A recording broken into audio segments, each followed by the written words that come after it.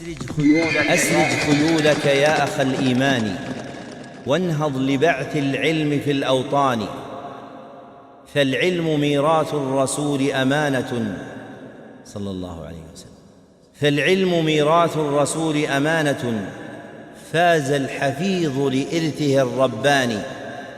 تو جیسا کہ آپ عزیز بھائیوں کے علم میں ہے کہ یہ مجلس جو ہے وہ اصول ثلاثہ کے حوالے سے رکھی گئی ہے، تو پہلی چیز اس بارے میں علماء کرام کا اس مسئلے میں اختلاف ہے کہ کیا الاصول الثلاثہ اور ثلاثۃ الاصول یہ شیخ محمد بن عبد الوہاب رحمہ اللہ ان کی دو علیحدہ علیحدہ کتابیں ہیں یا کہ یہ ایک ہی کتاب ہے. تو علماء کرام کے اس حوالے سے مختلف موقف ہیں. بعض علماء کرام کا نقطہ نظر یہ ہے کہ یہ دو علیحدہ کتابیں ہیں، اور واللہ عالم یہی بات راجح محسوس ہوتی ہے کہ یہ شیخ الاسلام محمد بن عبد الوہاب رحمہ اللہ ان کی دو علیحدہ کتابیں ہیں. تو اس حوالے سے ہم کچھ دلیلیں اور بات جو ہے وہ آپ کے سامنے رکھیں گے. دوسرا موقف یہ ہے کہ یہ ایک ہی کتاب ہے اور دو اس کے علیحدہ علیحدہ نام ہیں. تیسرا یہ کہ یہ ایک کتاب اصل ہے اور دوسری کتاب جو ہے اسی سے مختصر ہے. اور تیسرا اصل کتاب یہ چوتھی بات کہ اصل کتاب شیخ محمد بن عبد الوہاب رحمہ اللہ کی ہے، اور ان کے بعض تلامیذ کے جو اضافے ہیں وہ اس کے اندر کر دیے گئے ہیں. تو جو عام طور پر کتاب جس کی شروحات ملتی ہیں یہ بڑی کتاب ہے شیخ محمد بن عبد الوہاب رحمہ اللہ کی. تو اس کا جو پورا نام ہے وہ الاصول الثلاثہ و ادلۃ. یہ بڑی کتاب ہے، اور دوسری جو کتاب ہے وہ مختصر اور چھوٹی کتاب ہے. تو جو بڑی کتاب ہے اس کا صحیح نام ثلاثۃ الاصول و ادلتھا ہے. یہ وہ کتاب ہے جس کے حوالے سے یہ میرے خیال میں دورہ رکھا گیا ہے. یہی وہ کتاب ہے جس پہ سعودی مشائخ کی تفصیلی شروحات ہیں. اور جو چھوٹی کتاب ہے اس کا نام الاصول الثلاثہ ہے.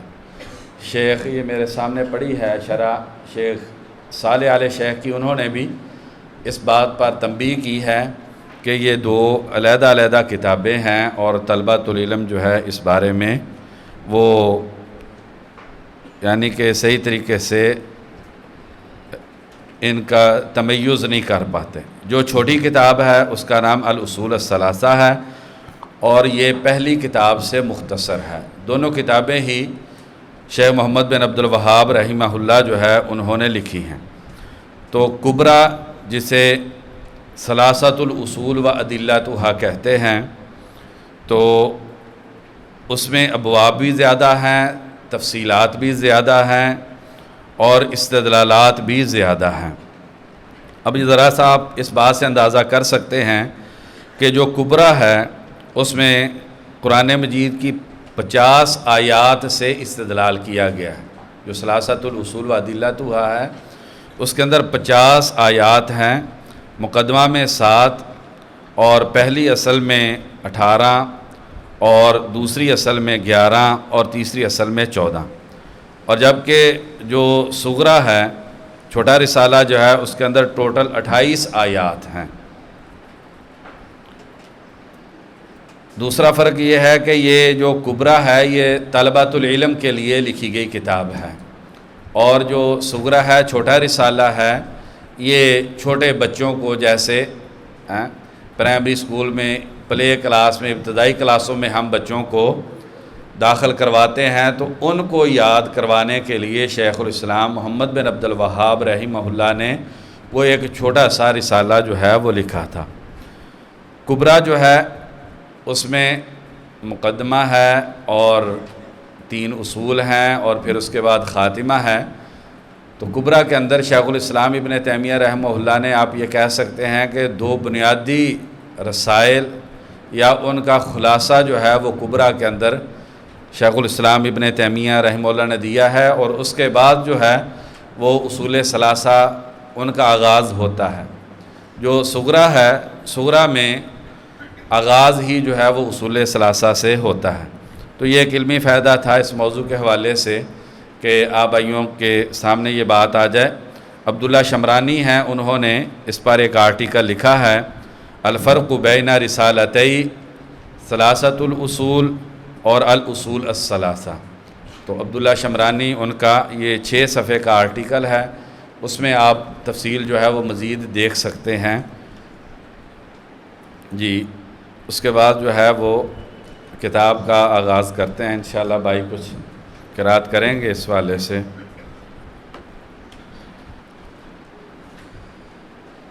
الحمدللہ رب العالمین والصلاة والسلام على أشرف الأنبياء والمرسلين نبينا محمد وعلى آله وصحبه أجمعين اللهم اغفر لنا ولشيخنا أجمعين قال شيخ الإسلام الإمام محمد بن عبد الوهاب رحمه الله تعالى في كتابه ثلاثة الأصول وأدلتها بسم الله الرحمن الرحيم اعلم رحمك الله أنه يجب علينا تعلم 4 مسائل. الأولى العلم، وهو معرفة الله ومعرفة نبيه ومعرفة دين الإسلام بالأدلة. الثانية العمل به. الثالثة الدعوة إليه. الرابعة الصبر على الأذى فيه. والدليل قوله تعالى بسم الله الرحمن الرحيم والعصر إن الإنسان لفي خسر إلا الذين آمنوا وعملوا الصالحات وتواصوا بالحق وتواصوا بالصبر. قال الشافعي رحمه الله تعالى هذه السورة لو ما أنزل الله حجة على خلقه إلا هي لكفتهم. وقال البخاري رحمه الله تعالى باب العلم قبل القول والعمل. والدليل قوله تعالى فاعلم أنه لا إله إلا الله واستغفر لذنبك. فبدأ بالعلم قبل القول والعمل. جی ٹھیک ہے۔ تو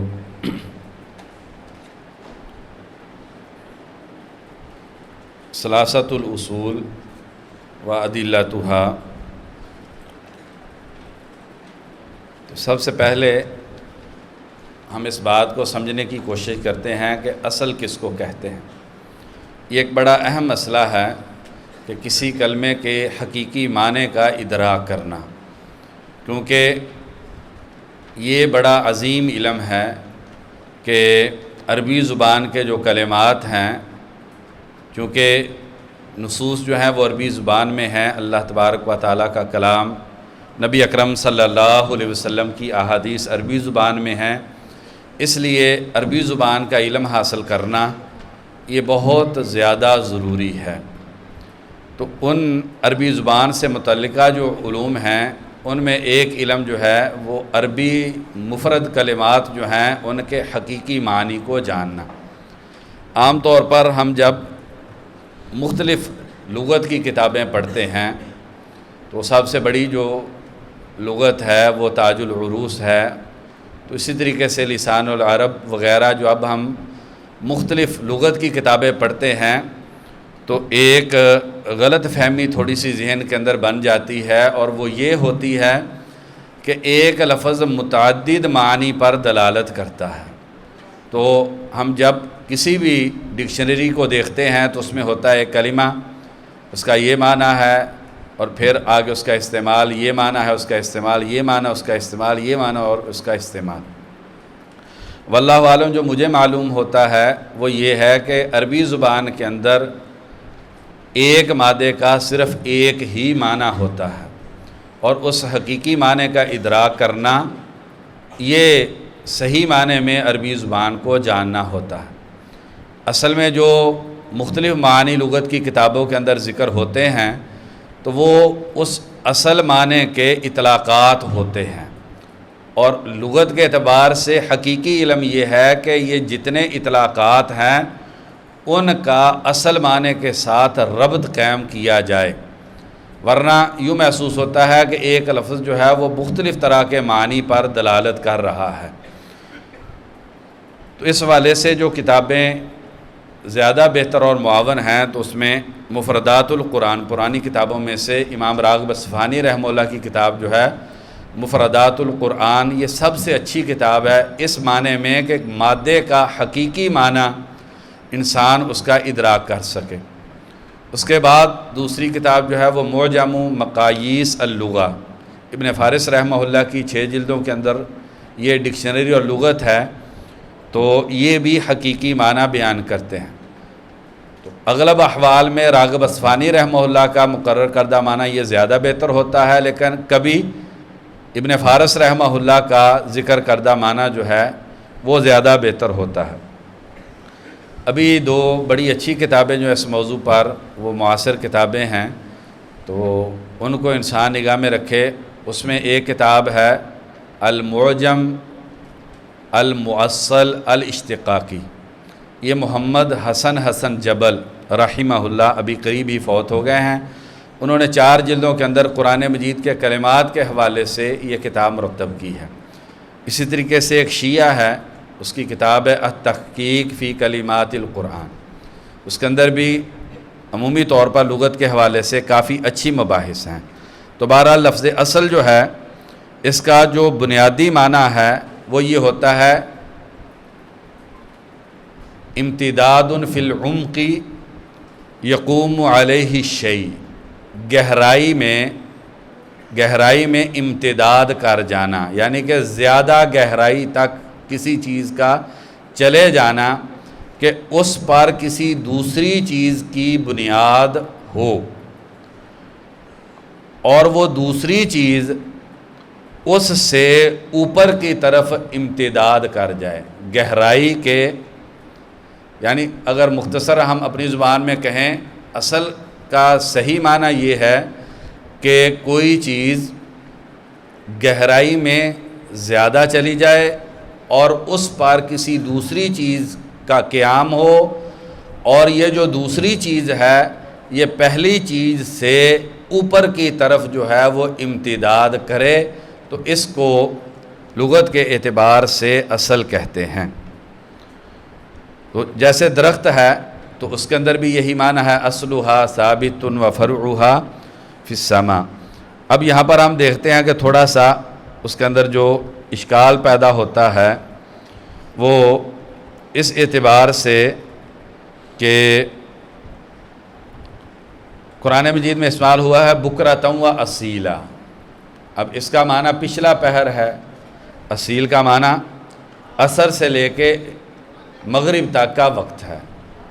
اب ظاہری طور پہ ہم دیکھتے ہیں کہ اس معنی کا جو مادے کا معنی ہے اس کے ساتھ ربط نہیں ہے، تو اس اعتبار سے اگر ربط دیکھنا ہو تو یوں اس کو کہتے ہیں کہ رات کا جو وقت داخل ہونا ہے اس کی جڑ اور بنیاد جو ہے یہ عصر سے لے کر مغرب تک کا وقت ہے، اور رات کا جو اوپر کی طرف امتداد ہوتا ہے وہ عصر سے مغرب تک کا جو وقت ہوتا ہے اس میں ہوتا ہے۔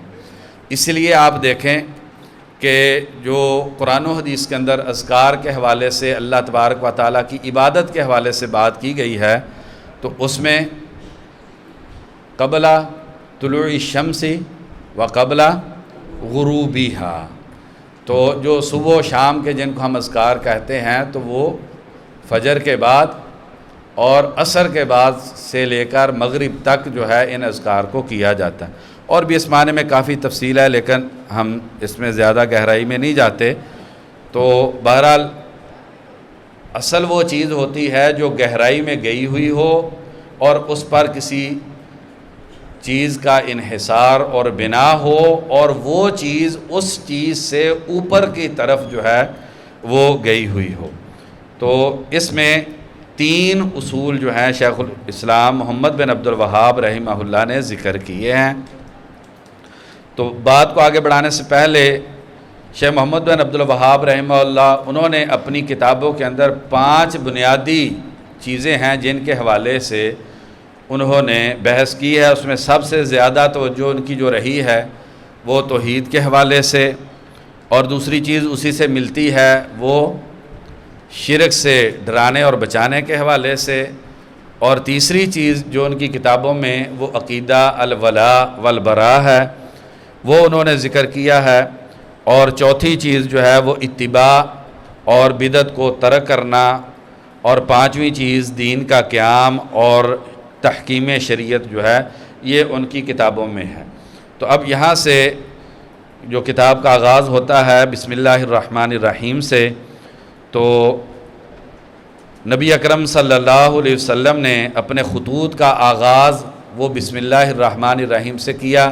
ہرقل کو جو خط لکھا صحیح بخاری میں اس کی تفصیل موجود ہے، اس کا آغاز بھی بسم اللہ الرحمن الرحیم سے ہے. تو اللہ تبارک و تعالیٰ کے نام سے آغاز کرنا، اس والے سے ایک روایت بھی منقول ہے کہ جس قابل اہمیت کام کا آغاز بسم اللہ الرحمن الرحیم سے نہیں کیا جاتا وہ برکت سے کٹی ہوئی چیز ہوتی ہے، لیکن وہ روایت جو ہے وہ صحیح نہیں ہے. اسی طریقے سے الحمدللہ کے حوالے سے بھی ایک حدیث ہے، وہ روایت بھی ضعیف ہے. لیکن نبی اکرم صلی اللہ علیہ وسلم نے ہرقل کو جو خط لکھا تھا اس کا آغاز، اور صلح حدیبیہ کا جو معاہدہ لکھا گیا تھا اس کا آغاز جو ہے وہ بسم اللہ الرحمن الرحیم سے کیا گیا تھا. اور یہ طریقہ کار نبی اکرم صلی اللہ علیہ وسلم کا اور آپ سے پہلے انبیاء کا، جیسا کہ قرآن مجید میں ہے انہ من سلیمان و انہ بسم اللہ الرحمن الرحیم. تو اس بسم اللہ کا مقصد یہ ہوتا ہے کہ اللہ تبارک و تعالیٰ کا نام جو ہے یہ بڑا بابرکت نام ہے. تبارک اسم ربک ذی الجلال والاکرام.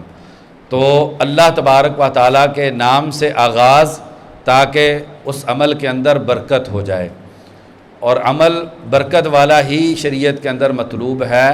جس عمل میں برکت نہ ہو تو اس عمل کا فائدہ نہیں ہے. تو اس میں بسم اللہ میں سب سے پہلا کلمہ جو ہے وہ اسم کا ہے. تو اسم کے حوالے سے چونکہ یہ ہمارا موضوع توحید کے متعلقہ ہے، تو یہ ایک عام طور پر عقیدے کی کتابوں کے اندر یہ بحث ہوتی ہے اسم اور مسمى کے حوالے سے.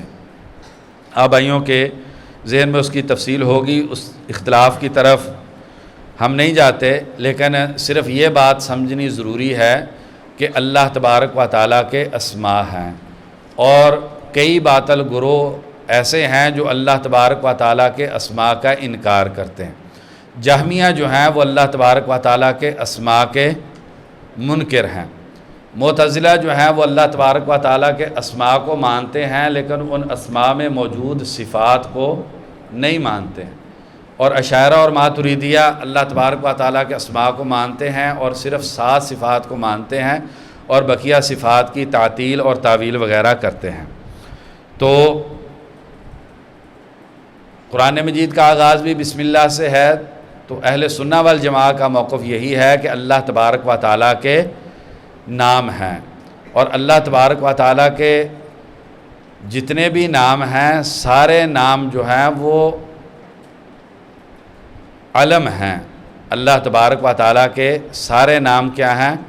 اللہ تبارک و تعالیٰ کے علم ہیں. ایک ہمارے علمی حلقوں کے اندر ایک تھوڑی سی یہ بات پائی جاتی ہے کہ اللہ تبارک و تعالیٰ کا جو نام اللہ ہے یہ اللہ تبارک و تعالیٰ کا ذاتی نام ہے اور بقیہ صفاتی نام ہے. تو سارے ہی نام اللہ تبارک و تعالیٰ کے وہ ذاتی نام بھی ہیں اور وہ اللہ تبارک و تعالیٰ کے صفاتی نام بھی ہیں. اس اعتبار سے کہ یہ سارے اللہ تبارک و تعالیٰ کی ذات پر دلالت کرتے ہیں اور سبھی کے اندر جو ہے وہ صفت جو ہے وہ پائی جاتی ہے.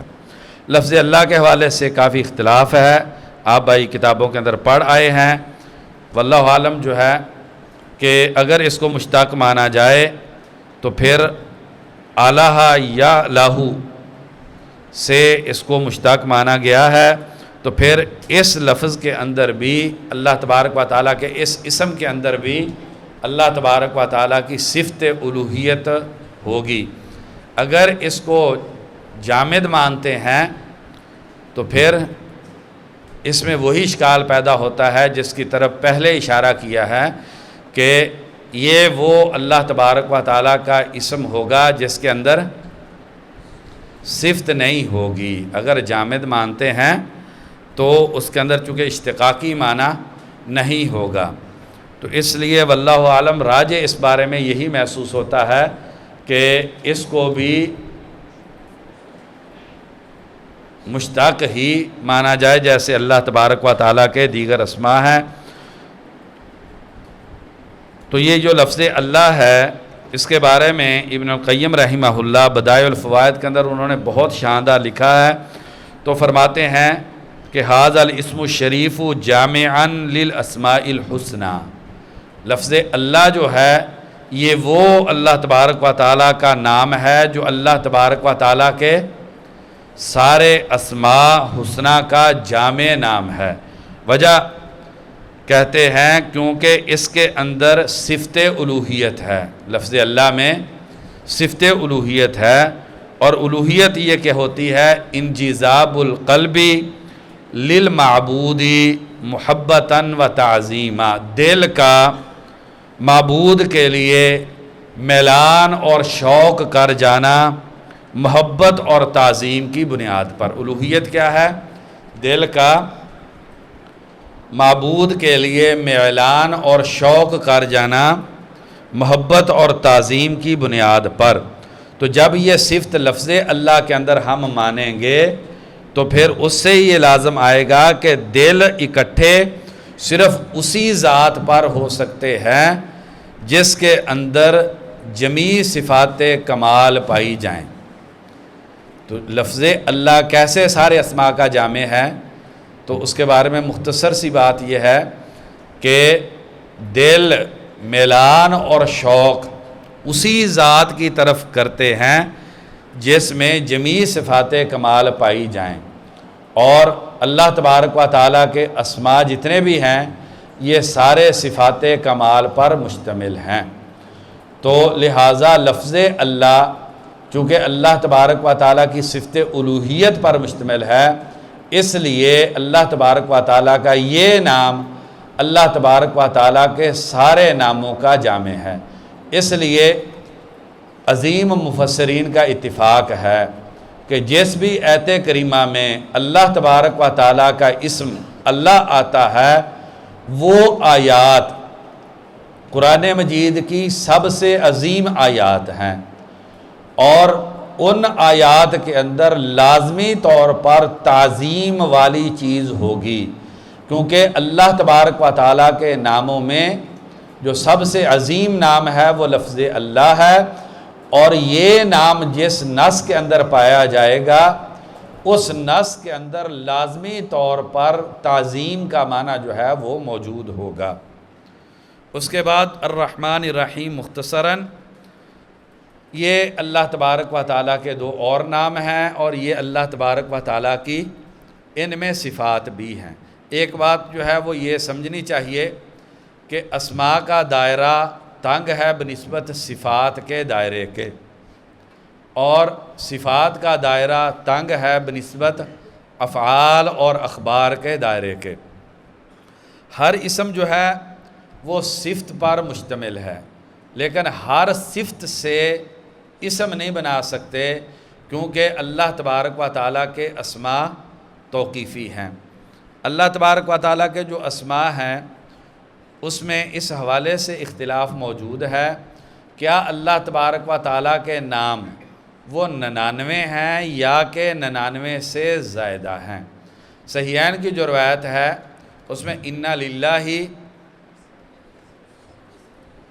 99 اسماً مئہ الا واحدہ، تو اس میں اسلوب حصر کے ساتھ ہے کہ اللہ تبارک و تعالیٰ کے 99 نام ہیں اور پھر دوبارہ 100 کم 1۔ تو اس حدیث سے ظاہراً یہ محسوس ہوتا ہے کہ اللہ تبارک و تعالیٰ کے 99 نام ہیں، اور ان ناموں کا علم جو حاصل کرنا وہ بڑا عظیم علم ہے، اور اس پہ جو ہے وہ جنت میں داخل ہونے کی بشارت ہے۔ وہ حدیث جس میں نبی اکرم صلی اللہ علیہ وسلم کی دعا بھی ہے، اللہم انی اسألک بکل اسم ہوا لک سمیت بہ نفسک، تو راجع قول کے مطابق جو ہے وہ روایت ضعیف ہے۔ اس لیے اللہ تبارک و تعالیٰ کے اسماء کے حوالے سے یہ کہنا کہ اللہ تبارک و تعالیٰ کے اسماء غیر محصور ہیں، تو اس حوالے سے تھوڑی سی احتیاط کرنے کی ضرورت ہے۔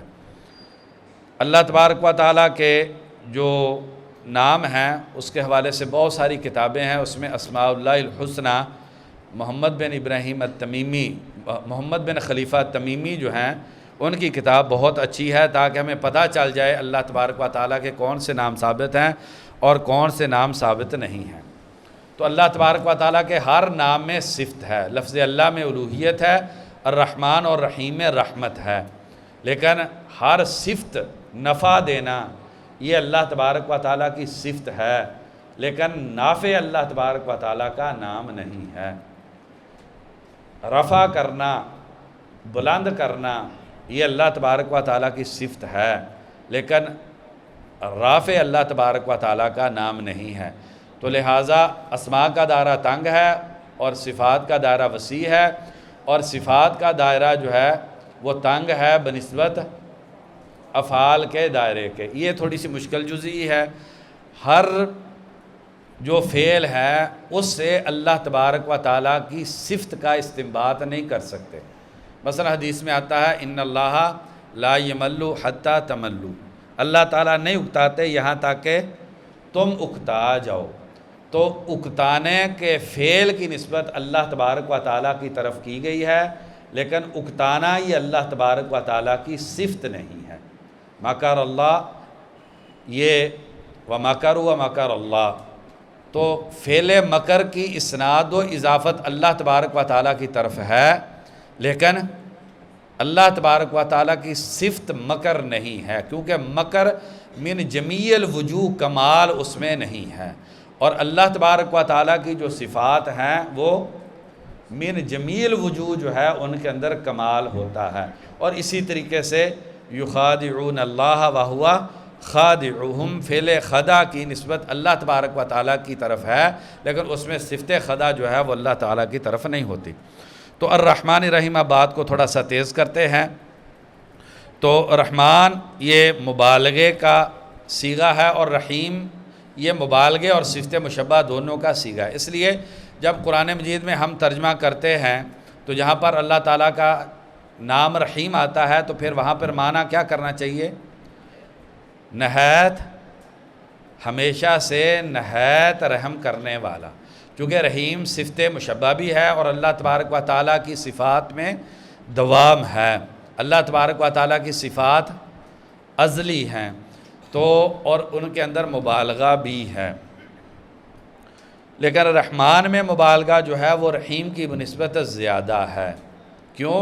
کیونکہ رحمان جو ہے یہ تثنیہ سے مشابہ ہے، الف نون کے ساتھ ہم کیا کرتے ہیں؟ تثنیہ بناتے ہیں، تثنیہ کے اندر وہ معنی ڈبل پایا جاتا ہے، رجلانی دو آدمی، ایسے ہی ہوتا ہے نا۔ تو اسی لیے جن افعال کے اندر الف نون زائد ہوتا ہے ان کے اندر کیا ہوتا ہے؟ مبالغہ ہوتا ہے۔ اسی لیے کہا جاتا ہے کہ فعلان کا جو وزن ہے یہ امتلاء پہ بھرے ہوئے ہونے پہ دلالت کرتا ہے۔ تو رحمان میں مبالغہ زیادہ ہے بنسبت رحیم کے۔ رحمان اور رحیم میں جو فرق کرتے ہیں، تین فرق کیے گئے ہیں، ویسے علماء نے زیادہ بھی کیے ہیں، کہ رحمان میں رحمت کی صفت وہ ذاتی ہے اور رحیم میں جو ہے وہ فعلی ہے۔ اور رحمان جو ہے اس میں صفت کا عموم ہے، یعنی متعلق کے اعتبار سے، یعنی ساری مخلوقات کے ساتھ، اور جبکہ رحیم جو ہے اس میں رحمت کا خصوص ہے اور یہ صرف مومنین کے ساتھ جو ہے۔ اور رحمان کا جو اسم ہے یہ صرف اللہ تبارک و تعالیٰ پر بولا جاتا ہے، اور جو رحیم ہے اس کا اطلاق جو ہے وہ مخلوق پر بھی ہو جاتا ہے، بالمؤمنین رؤوف الرحیم۔ اعلم رحمک اللہ انہ یجب علینا تعلم 4 مسائل۔ تو اس میں یجب وجوب کی اصطلاح جو ہے وہ شیخ الاسلام محمد بن عبد الوہاب رحمہ اللہ نے ذکر کی ہے۔ تو وجوب جو ہے یہ حکم تکلیفی کی اقسام میں سے ہے۔ تھوڑا سا اشارہ بعض چیزوں کا اس لیے دے رہے ہیں کہ تھوڑی سی بعض چیزوں کے مفاہیم میں غلطی پائی جاتی۔ حکم جو ہے اس کی تعریف اصولیوں کے نزدیک مختلف فی ہے۔ ایک تعریف جو ہے وہ یہ ہے خطاب اللہ المتعلق بافعال المکلفین، اللہ کا خطاب جو بندوں کے مکلفین کے افعال کے متعلق ہو۔ تو لہٰذا اس تعریف کے مطابق خطاب کو حکم کہتے ہیں۔ اس تعریف کے مطابق کیا کہتے ہیں؟ خطاب کو حکم کہتے ہیں۔ تو اس تعریف کے مطابق اقیم الصلاۃ یہ لفظ حکم ہے۔ اس تعریف کے مطابق کیا ہے؟ اقیم الصلاۃ یہ لفظ حکم ہے، وجوب یہ حکم نہیں ہے۔ اصولیوں نے دوسری تعریف جو حکم کی ہے وہ ہے مقتضی خطاب اللہ المتعلق بافعال المکلفین، اللہ کے خطاب کا جو تقاضا ہے اس کو حکم کہتے ہیں۔ اب جو پہلی چیز ہے، جو پہلی تعریف ہے، اس کے مطابق حکم تکلیفی کی جو قسم ہوگی وہ ایجاب ہوگی، وجوب نہیں ہوگی۔ اگر پہلی تعریف ہم حکم کی کرتے ہیں وہ کیا؟ خطاب اللہ المتعلق بافعال المکلفین، یہ اگر تعریف کریں گے تو پھر ایجاب حکم ہے، وجوب حکم نہیں ہے۔ تو پھر اقیم الصلاۃ یہ لفظ حکم ہے اور ان لفظوں میں ایجاب ہے، تو ایجاب حکم ہوگا۔ اور اگر دوسری تعریف کر لیتے ہیں اور وہ کیا ہے؟ مقتضی خطاب اللہ المتعلقی، پھر المتعلقی ہو جائے گا، تو وہ پھر کیا ہو جائے گا؟ پھر وجوب جو ہے وہ حکم کی قسم بن جائے گی۔ تو یہاں پر ہے انہ یجب علینا، آپ سمجھتے ہی ہیں کہ واجب کس کو کہتے ہیں؟ کہ وہ چیز جس کی اقتضاء وہ لزومی ہو، یعنی کہ انسان پہ، مکلف پہ اس کو مطالبہ جو ہے وجوبی ہو۔ واجب ہے ہم پر 4 مسائل کا تعلم باب تفاعل سے ہے، اور باب تفاعل میں کیا ہوتا ہے؟ تکلف ہوتا ہے، یعنی کہ اس میں محنت کرنا باب تفاعل کا خاصے کے تحت جو ہے۔ تو 4 مسائل میں علم حاصل کرنے میں محنت کرنا، یہ وہ کہتے ہیں کہ ہم پر واجب ہے، اور اس میں سے پہلی چیز جو ہے وہ العلم ہے۔ علم کا کیا معنی ہوتا ہے؟ کسی چیز کو اس کی حقیقت کے مطابق یقینی طور پہ جاننا، یہ علم کہلاتا ہے۔ ادراک الشیء کسی چیز کو جاننا، علی ما ہوا علیہ جس پر وہ چیز ہو، یعنی کہ جو اس کی حقیقت ہو، چیز کی جو حقیقت ہو اس کے حوالے سے اس چیز کو جاننا، ادراکاً جازمہ یقینی طور پہ جاننا، تو اس کو علم کہتے ہیں۔ تو یہاں پر پہلی چیز جو کہہ رہے ہیں کہ وہ کیا ہونا چاہیے؟ علم ہونا چاہیے، یعنی حقیقت کو یقینی طور پر جاننا، یہ پہلی جو چیز انسان پر واجب ہے، اور وہ علم ہے معرفت اللہ و معرفت نبیہ و معرفت دین الاسلامی بالادلۃ۔ تو سب سے پہلی چیز جو انسان پر واجب ہے وہ علم حاصل کرنا ہے۔ پہلا واجب، یہ ایک متکلمین کے ہاں ایک مسئلہ ہے کہ پہلا انسان پہ واجب کیا ہے، اور متکلمین میں سے بعض کے نزدیک پہلا واجب یہ ہے کہ شک کیا جائے۔ تو یہ ایک لمبی بحث ہے، لیکن شیخ الاسلام محمد بن عبد الوہاب رحمہ اللہ نے اہل سنہ والجماعہ کے نقطہ نظر کی ترجمانی کرتے ہوئے فرمایا ہے کہ جو پہلا واجب ہے انسان پر وہ کیا ہے؟ وہ علم حاصل کرنا. پہلا واجب انسان پر جو ہے وہ علم کا حصول ہے، اور وہ اللہ تبارک و تعالیٰ کا، نبی کا اور دین کا، اور دوسرا عمل کرنا، تیسرا دعوت اور صبر کرنا. تو ادراک کے حوالے سے بات ہوئی تھی. ادراک 6 طرح کا علماء نے ذکر کیا ہے. ادراک کا جو سب سے اعلیٰ درجہ ہے اس کو علم کہتے ہیں. ادراک کے سب سے اعلیٰ درجے کو علم کہتے ہیں. علم کی تعریف جو ہے ابھی ہم نے کی. اس کے مقابلے میں جہالت ہے. تو جہالت 2 طرح کی ہوتی ہے. ایک جہالت جہل بسیط اور ایک جہل مرکب. جہالت بسیطہ یہ ہوتی ہے کہ کلی طور پر عدم ادراک کا ہونا، کسی چیز کے بارے میں کلی طور پر علم کا نہ ہونا، اسے جہالت کہتے ہیں، اور یہ جہالت بسیطہ ہے. اور دوسری جہالت جسے جہالت مرکبہ کہتے ہیں، کسی چیز کو اس کی حقیقت کے برخلاف جاننا. جہالت مرکب کیا ہے؟ کسی چیز کو اس کی حقیقت کے برخلاف جان لینا. چوتھا ادراک کا جو ہے وہ ظن کہتے ہیں کہ کسی چیز کو جاننا لیکن اس میں اس کے برخلاف مرجوع احتمال موجود ہو. یہ آپ پڑھے ہیں. اور ظن عام طور پہ دونوں معنی میں استعمال ہوتا ہے، غالب گمان کے حوالے سے بھی اور شک وہم کے معنی میں بھی. 5واں شک کا ہوتا ہے کہ جس میں کسی چیز میں کا ایسا ادراک کہ اس کے ضد کا احتمال برابر درجے کا ہو، اور وہم ایسا ادراک کہ اس میں ضد کا احتمال جو ہے وہ راجح ہو. أسرج خيولك يا أخ الإيمان وانهض لبعث العلم في الأوطان فالعلم ميراث الرسول أمانة صلى الله عليه وسلم فالعلم ميراث الرسول أمانة فاز الحفيظ لإرثه الرباني